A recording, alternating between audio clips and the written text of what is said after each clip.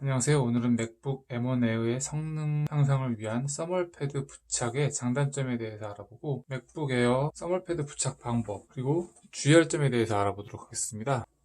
맥북 M1 칩이 역대급 성능과 적은 발열을 특징으로 출시되었지만 영상 편집, 4K 영상 연속 시청 등 무거운 작업을 연속적으로 할 때에는 여전히 발열이 납니다. 이렇게 무거운 작업을 하면서 발열이 나기 시작하면 M1 칩에 무리가 가겠죠? M1 칩을 보호하기 위해서는 열을 식혀야 하는데 열을 식히는 방법이 두 가지가 있어요. 첫 번째로는 M1 칩이 일을 천천히 하도록 만들어서 애초에 열을 덜 나도록 하는 방법. 그리고 두 번째, M1 칩에 열을 인위적으로 식히는 방법이 있습니다. 첫 번째 말씀드린 M1 칩이 일을 천천히 하도록 만드는 것을 우리는 스로틀링이라고 부르고, 스로틀링은 곧 성능 저하와 같은 의미입니다. 두 번째 말씀드렸던 M1 칩에 열을 인위적으로 식히는 방법은 현재로선 맥북 M1 프로에만 있는 기능으로 바로 맥북 프로의 하단에 달린 팬을 이용해서 공기를 순환시켜서 열을 식히는 방법이 있습니다. 하지만 맥북 M1 에어는 팬이 달리지 않았기 때문에 M1 칩에 열을 인위적으로 식힐 수 없었고 결국 성능 저하가 올 수밖에 없었죠. 그런데 사실 맥북 M1 에어에도 열을 인위적으로 식혀 성능 저하를 막을 수 있는 방법이 있습니다. 그것도 매우 효율적인 방법이죠. 특히 이번 맥북 에어에서는요.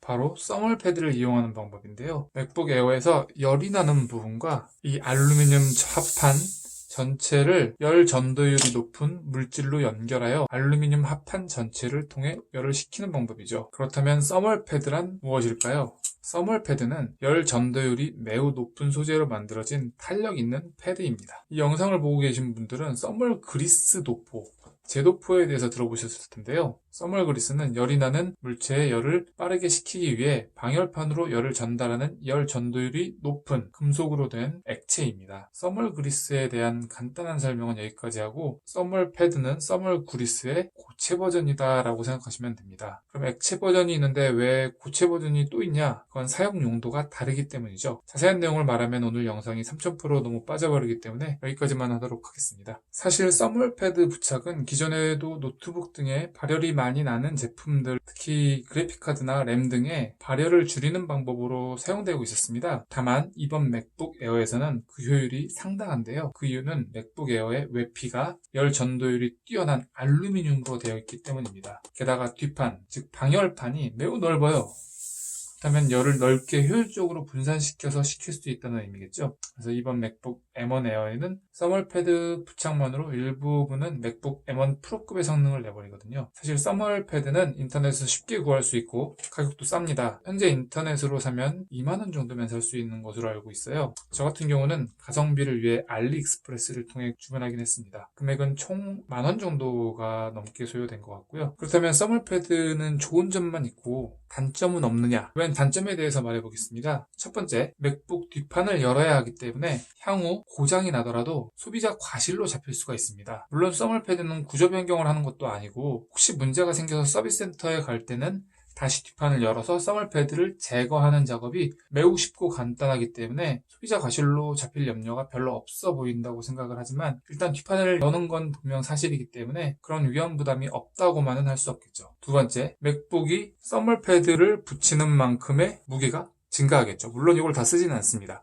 요만큼을 쓰게 될 건데요. 그래도 어쨌든 무게가 살짝이라도 증가하는 건 사실이니까요. 세 번째, 앞서 말씀드린 단점은 사실 단점이라고 말씀드리기 민망한 수준입니다. 합판 발열이야말로 가장 큰 단점인데요. 무거운 작업을 할 경우 합판이 꽤 뜨거워질 수 있습니다. 기존 맥북 에어는 아무리 무거운 작업을 오래 해도 은은한 열기가 살짝 올라올 뿐 뜨겁다는 느낌을 받을 일은 거의 없었습니다. 하지만 써멀 패드를 붙임으로 인해 맥북 에어의 합판이 방열판으로 변했기 때문에 M1 칩의 열기가 합판으로 그대로 전해지기 때문에 무릎에 올려놓지 못할 수준으로 뜨거워질 수도 있습니다. 물론 제가 사용해본 결과 벤치마크를 돌릴 때처럼 M1 칩을 한 개까지 사용을 오랫동안 했을 때나 그런 열기가 전해졌고 웬만큼 무거운 작업을 해서는 전혀 뜨거워지지 않았습니다. 자, 이제 본격적으로 써멀 패드 작업을 진행해 보도록 하겠습니다. 준비물을 살펴볼게요. 첫 번째로 당연히 써멀 패드가 필요하겠죠. 써멀 패드는 1.5mm 두께 그리고 3mm 두께 이렇게 두 가지가 필요합니다. 이유는 우리가 써멀 패드를 붙일 부분이 두 군데인데 이곳과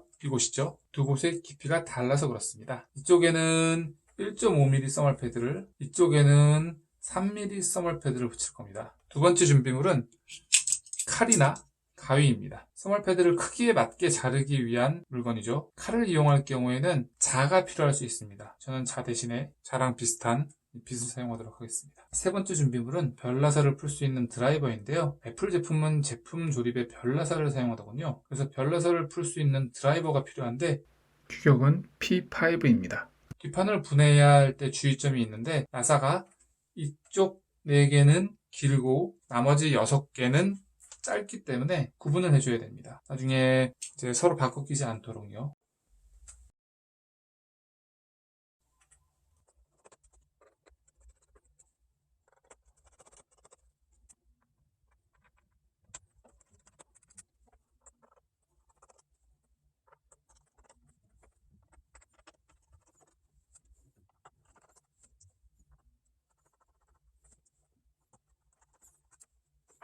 별나사를 제거한 후에도 뒷판이 바로 빠지지 않을 텐데요. 그때는 헤나나 아니면 손톱을 사용해서 뒷판을 열어주도록 합니다.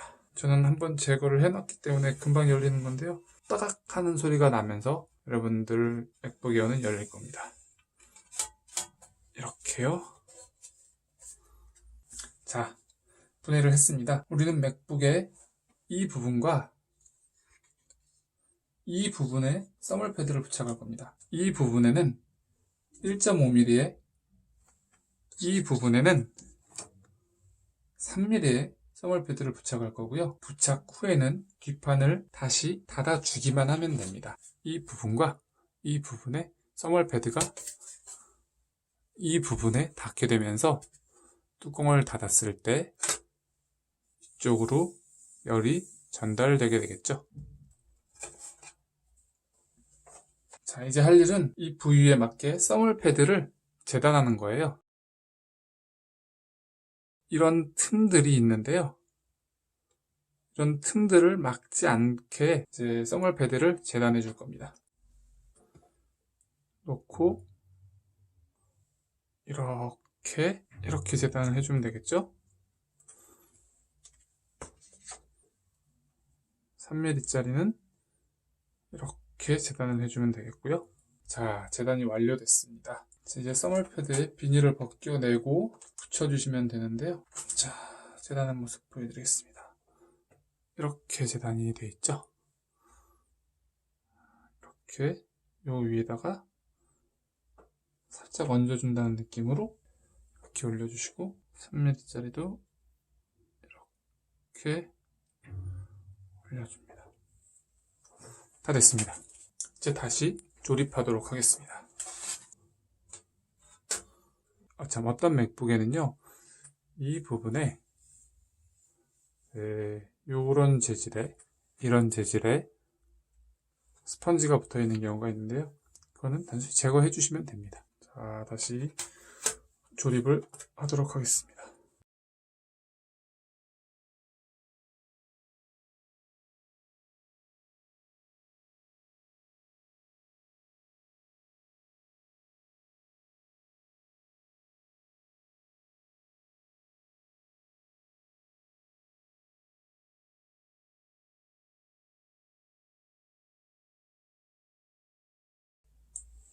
자, 됐습니다. 성능 향상은 사실 주변 온도에 따라서 조금 다를 수 있지만 시네벤치 결과 멀티코어는 6610점에서 7720점으로 약 15% 향상, 싱글코어는 1490점에서 1510점으로 1.5% 정도 향상이 있었던 걸 보면 멀티코어를 써서 발열이 많이 나는 작업을 할 때 효과가 더 좋은 것 같습니다. 오늘 맥북 에어 M1 서멀 패드 영상은 여기까지입니다.